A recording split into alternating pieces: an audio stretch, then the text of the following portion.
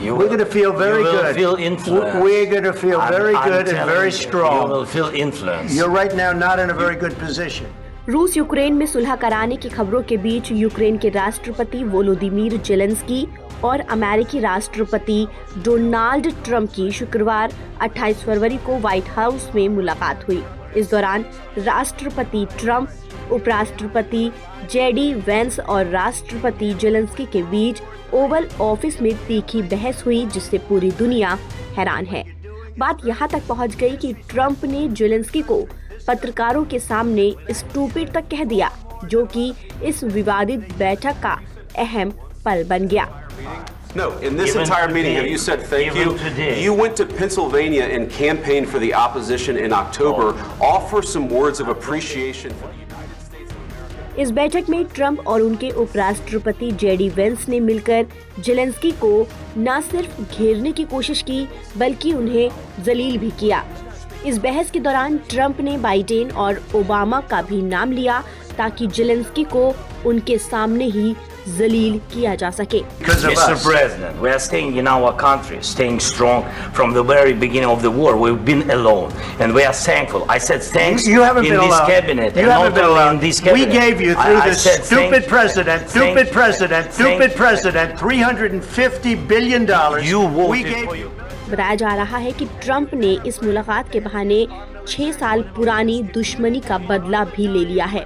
ये दुश्मनी साल 2019 से जुड़ी हुई मानी जा रही है, जब जो बाइडेन डेमोक्रेट पार्टी की तरफ से राष्ट्रपति पद के उम्मीदवार थे और उस समय जेलेंस्की यूक्रेन के राष्ट्रपति बने थे। ट्रंप ने उस समय जेलेंस्की से जो बाइडेन के खिलाफ जानकारी मांगी थी, जिसे जेलेंस्की ने देने से साफ इनकार कर दिया था। इसके बाद जेलेंस्की ने बाइडेन और डेमोक्रेट नेताओं को इसकी जानकारी भी दे दी, जिससे ट्रंप के खिलाफ मानहानि का केस चला। हालांकि ट्रंप पर इसका कोई खास असर तो नहीं पड़ा, लेकिन वो चुनाव हार गए। बाइडेन के राष्ट्रपति बनने के बाद रूस और यूक्रेन के बीच युद्ध शुरू हुआ और इसके साथ ही ट्रंप ने जेलेंस्की के खिलाफ मोर्चा खोल दिया। ट्रंप का कहना था कि जेलेंस्की अक्सर शांति की बात करते हैं, लेकिन जब उन्होंने शांति समझौते का प्रस्ताव रखा तो जेलेंस्की ने शर्तें थोप दी। ट्रंप ने जेलेंस्की को जिम्मेदार ठहराते हुए कहा कि रूस से युद्ध के लिए पूरी तरह से वो खुद जिम्मेदार हैं और उन्होंने बिना सोचे समझे फैसले लिए हैं। ट्रंप ने ये भी कहा कि अमेरिका अपने राष्ट्रीय हितों से समझौता नहीं कर सकता। उन्होंने ये भी कहा कि हम शांति चाहते हैं, लेकिन ये हमारी जनता की कुर्बानी पर नहीं हो सकता। Now, but you will feel it in the future. God bless. You don't know that. God bless. You God bless. You will not have war. Don't tell us what we're going to feel.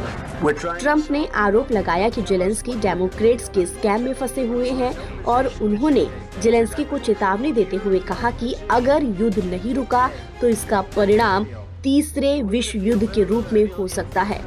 Trump ने Zelensky को धमकी देते हुए ये भी कहा कि आपका बुरा दिन आज से शुरू होगा और इस दौरान उन्होंने कहा कल किसी के भी सिर पर बम गिर सकता है, ये किसी के लिए निश्चित नहीं है।